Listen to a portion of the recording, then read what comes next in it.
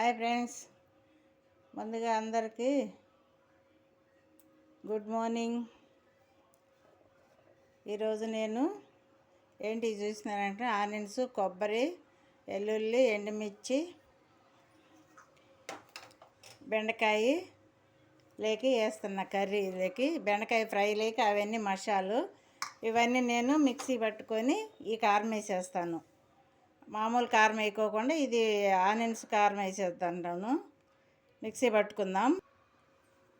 ఈ విధంగా ఇవి లోపల ఈ విధంగా డస్ట్ తీసేసేసేసి ఈ విధంగా మనం కట్ చేసుకొని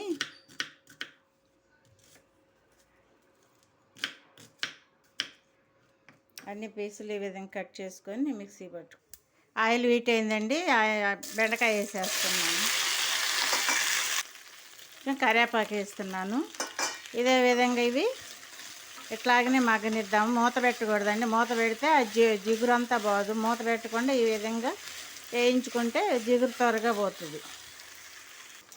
మన ఇవి ఆనియన్స్ ఇవన్నీ మిక్సీ పట్టుకుందాము.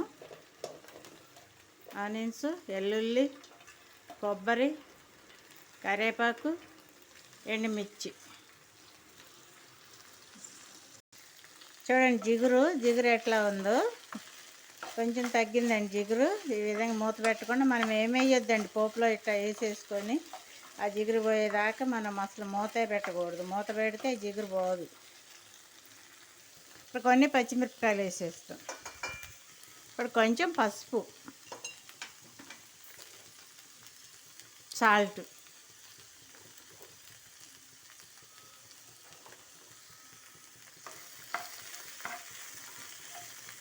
కొంచెం ధనియా పౌడరు.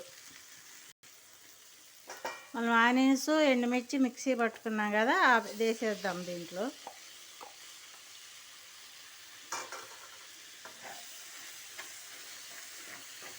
ఇదే మనకు కారం అండి. చూడండి మనకి రెడీ అయింది బెండకాయ ఫ్రై. ఈ విధంగా చేసుకోవచ్చు. మళ్ళీ మనం పొడి కారం వేసి అట్లా చేసుకోవచ్చు. ఇది బాగుంటుందండి. రైస్లోకి కూడా బాగుంటుంది. మనం మంచిగా పెట్టుకొని చారు, పప్పులో పెట్టుకొని అట్లా కూడా తినవచ్చు. బెండకాయ ఆనియన్స్ ఫ్రై ఇది చూడండి ఎంత బాగా వచ్చిందో.